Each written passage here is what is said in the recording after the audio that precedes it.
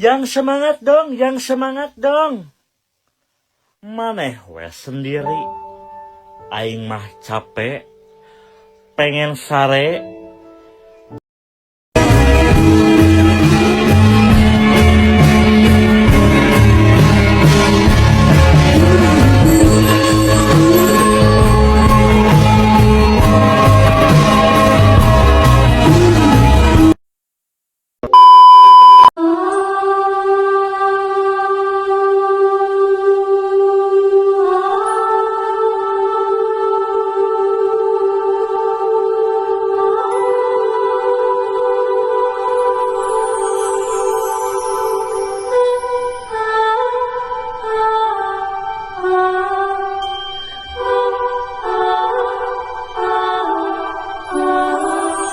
Assalamualaikum warahmatullahi wabarakatuh. Halo guys, kami dari kelompok 2 ingin mewawancarai guru di SMK Muhammadiyah 1 Bandaan yang memiliki wirausaha. Kira-kira siapa ya? Yuk simak videonya. Kami dari kelompok 2 ingin melakukan wawancara kepada Ibu Lina. Apakah Ibu sudah siap? Lanjut ke sesi pertama. Jadi siapa sih Ibu Lina itu? Nama saya Bu Lina Somsa. Biasanya saya dipanggil Bu Lina sama anak-anak. Alamat saya di Sukun, Sumber Sedang, tepatnya SMA 1 Bandaan, di Tukang Masjid Mantu aja. Karena kenakan rumahnya saya ya. Nah itu rumah saya. Kemudian untuk anak saya 2, sama-sama perempuannya. Yang nomor 1 itu kelas 6 SD, yang nomor 2 kelas 2 SD. Sekolahnya di SD Muhammadiyah DKI. Terus saya mengajar di sini sudah 2 tahun, sama usianya dengan usianya sekolah. Jadi dulu itu awal-awal saya mengajarnya biologi. Basicnya saya memang mengajarnya biologi. Itu mengajar biologi pertama-tama, kemudian setelah itu sempat juga ngajar keperawatan, sampel kebutuhan dasar manusia. Karena saya punya sertifikatnya ini perawatan keluarga, sehingga itu masih belum belum ada guru perawat, sehingga saya masuk ke perawat dulu pernah. Kemudian juga pernah ngajar PKK di rumah. PKK itu kalau dulu itu proyek penguatan wirausahaan. Kalau yang sekarang itu namanya sama ya PKK ya, nama PKK. Jadi dulu sempat ngajar PKK juga, tapi selama kurikulum kita ini mulai tahun 2020 itu sudah ngajar. Mengapa Ibu memilih seorang wirausaha? Saya memilih menjadi seorang wirausaha karena saya punya penyakit. Masya Allah. Tujuannya pasti saya lebih ingin kemudian kalau wirausaha itu pasti ya wirausaha kan kita kan tujuannya kan mencari lingkungan, selain sepertinya salah satu juga. Kemudian selain itu juga wirausaha itu bisa saya lakukan untuk ibu. Nah, jadi saya sambil ngajar juga saya bisa menjalankan wirausaha saya. Kemudian nanti pulang bisa. Jadi selain mendapat keuntungan sama waktunya juga kerja dan itu berawal dari hobi sih sebenarnya berawal dari hobi karena hobi saya belanja. Saya suka belanja. Saya rasa-rasakan kalau misalnya saya belanja itu lama-lama mau saya habis. Daripada menghabiskan, kita menghasilkan. Betul. Jadi berawal dari itu akhirnya saya mencoba wirausaha waktu itu anak tapi saya milik yang branded. Memang harganya agak tinggi, cuman saya jual kualitas bukan jual harga.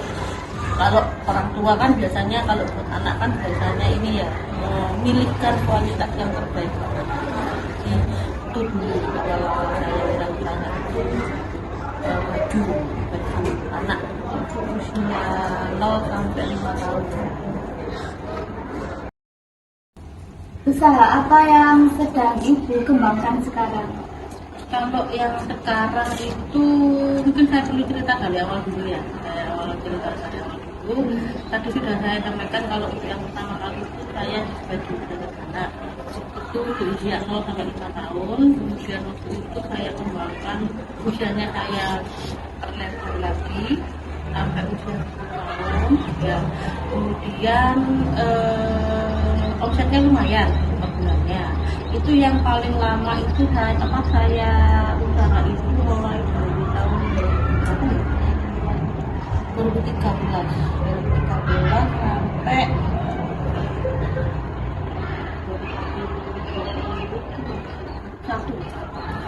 Lumayan, saya masih bertahan dengan satu anak. Terus saya juga dulu kan jualan itu hanya bisa pakai ini ya, apa namanya, bisa dibikin WA, juga nggak bikin akun di Instagram, untuk jualan. Saya masih belum ada yang namanya live Shopee sama live TikTok. Hanya terbatas bisa online, cuman online-nya masih nggak seluas sekarang. Terus setelah itu karena apa ya? Karena baju ini kan ya memang benar baju ini kebutuhan untuk sehari-hari. Cuma kan kalau untuk orang beli setiap harinya kan kayaknya nggak mungkin ya. Akhirnya di situ saya nyoba melakukan analisis SWOT lagi ya. Analisis SWOT mungkin sudah diajari ya sama guru ya.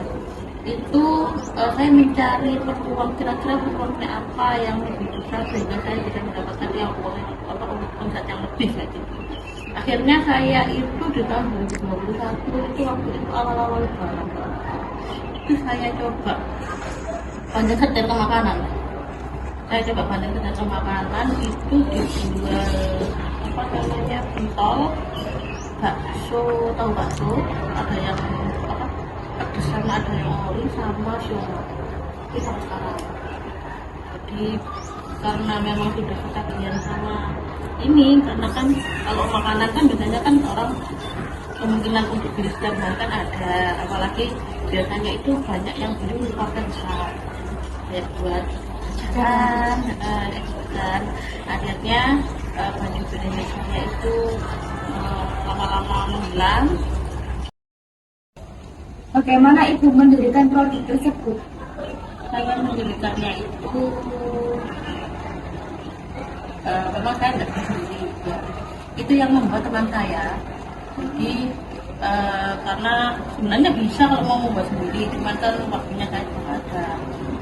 Saya juga akhirnya saya joinan dengan teman saya yang produksi, saya yang bagian di apa namanya ya.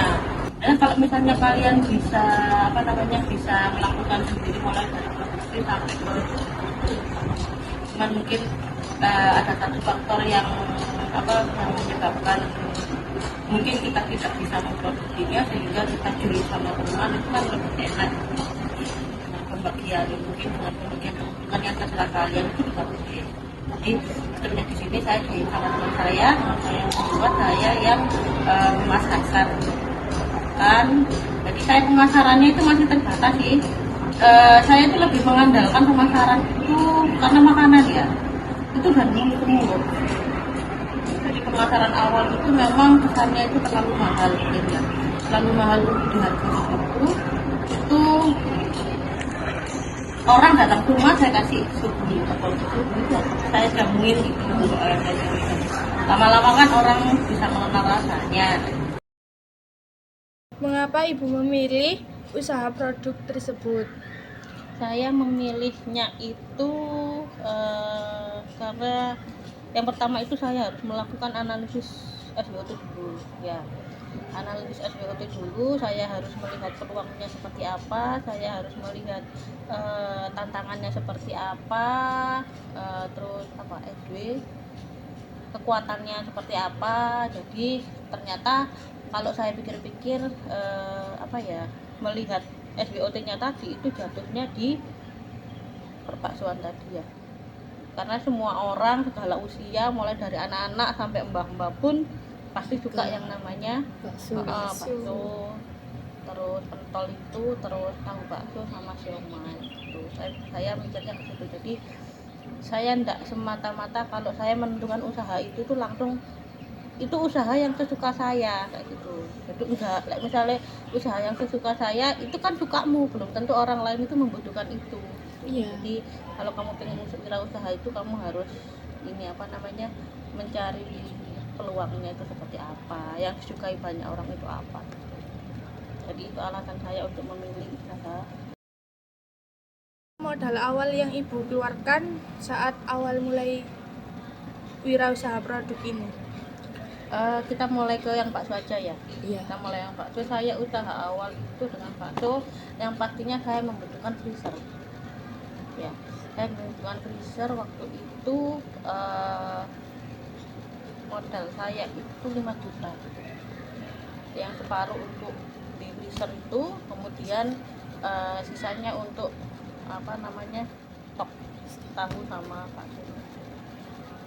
Tapi kalau misalnya memang nanti apa namanya kalian misalnya mau usaha masih belum ada freezer, itu kan di kulkas itu kan masih ada, itu pakai yang ada dulu aja nggak apa-apa sampai itu. Bagaimana ibu memasarkan produk tersebut mulai dari awal hingga sekarang? Mulai dari awal pemasarannya itu ya itu tadi, pemasarannya saya mulai dari mulut ke mulut. Kalau ada yang datang ke rumah saya jamui, saya jamui pentol, saya bikinin bakso, saya kukusin tahu itu sama siomay gitu. Pasti kan orang mungkin kok enak, ini beli di mana, ya saya yang jualan. Terus sama selama ini sih masih di ini status B aja. Terus apa namanya, saya jarang kalau di posting di IG gitu. Sebenarnya banyak sih kalau mau promosi di IG ataupun di Facebook atau di mana itu banyak. Cuman saya belum melakukan itu, saya hanya apa namanya, dari mulut ke mulut. Kemudian di rumah itu ada tulisan jualan tahu bakso, sama pokoknya ada identitas yang menunjukkan kamu jualan apa di rumah itu, sama online tapi by WA aja.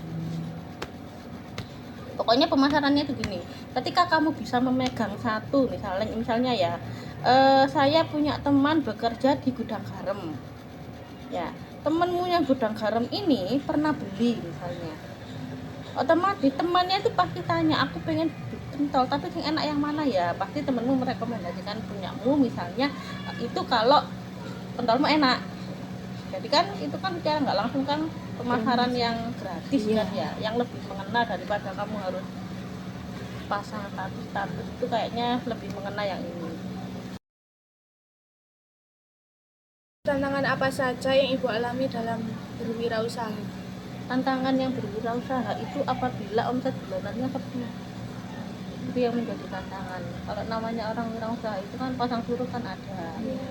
Misal kayak yang kemarin ini ya, habis lebaran, pada saat puasa, masuk awal puasa sampai lebaran, setelah lebaran 1 minggu itu masih rame ya. Omsetnya lagi tingginya. Mungkin setelah lebaran itu kan orang kan biasanya kan mungkin uangnya habis buat lebaran, terus mau nabung lagi mungkin untuk kebutuhan yang lainnya, itu biasanya omsetnya turun. Jadi tantangannya sih itu. Terus banyak yang jual produk yang sama, nah itu juga menjadi tantangannya. Terus kalau tantangannya lagi apa ya, biayanya mahal, apa harga jualnya mahal, tapi itu juga dengan kualitas makanannya. Kerugian apa saja yang ibu alami selama wirausaha ini? Kalau kerugian apa ya, nggak ada sih, belum ada kalau untuk kerugiannya. Karena apa sih ya, kalau nah itu tadi loh, pentingnya kalian melakukan analisis dulu sebelum kalian melakukan wirausaha itu. Jadi supaya meminimalkan atau bahkan mungkin meniadakan apabila akan terjadi kerugian. Jadi kemudian kamu harus mencari strategi juga kalau misalnya supaya kamu nggak rugi. Misal ya, kan ada jenis pentol kan banyak, ada yang pentol halus, pentol kasar, ada pentol jamur dan lain sebagainya. Kamu harus bisa membaca peluang orang itu banyak sukanya itu pentol apa. Jadi udah sampai kamu cuman stok opnam terus, tapi kamu nggak memperhatikan pasarmu. Nah itu yang menjadi rugi. Tuh, menjadi rugi apa? Soalnya nggak ada yang beli, sementara stok opnammu di situ banyak. Meskipun itu barang frozenan, tapi kan karena tidak ada pengawetnya tetap kan terbatas. Kendala apa yang Ibu lalui saat ini atau akhir-akhir ini? Kendala apa ya kendalanya ya? Kalau ya Kalau alhamdulillah ada. Apa kiat sukses yang Ibu tanamkan untuk seorang wirausaha? kiat-kiat sukses berwirausaha itu harus sabar ya. Memang segala sesuatunya itu memang dimulai dari kecil ya, nggak harus besar langsung besar, nggak dulapan. Jadi misalnya yang beli mungkin bulan ini yang beli cuma 1-2 orang, ya harus sabar, telaten, tekun, tetap ini konsisten untuk promosi. Jadi ojo wis gak payu 1 bulan wis ngomong gak payu, itu jangan Menyerah. Jadi, Ya. sebisa mungkin itu kamu itu harus tekun terus sabar. Itu tujuannya untuk apa? Tujuannya adalah supaya menanamkan mindset orang-orang. Misal saya jualan bakso tadi ya, pentol, aku beli pentol, oh beliau dibeli kayak gitu. Aku pengen beli baju misalnya ya kerudung, oh beliau di Windam. Jadi orang itu mengenal kamu itu sudah jualan apa, itu tujuannya. Jadi ojo ketika kamu hanya yang beli 1 orang 2 orang, kamu tiba-tiba mutung pore wis tidak mau promo lagi, itu jangan. Dari itu tekun jujur. Nah jujur, kalau misalnya memang itu bahannya adalah 100% sapi, ya ngomong 100% sapi, aja ditambahi urang, aja ditambahi PT, aja ditambahi gitu. Jujur terus tanggung jawab itu pasti ya. Jadi kalau misalnya ada orang beli, misalnya kamu mau COD jam segini, ya sudah sesuai dengan perjanjian, ada sampai molor. Karena apa yang kamu lakukan itu merupakan servis buat pelangganmu juga. Wawancara kami dengan Bu Lina, kurang lebihnya kami mohon maaf. Yuk, sebelum itu kita jajah dulu.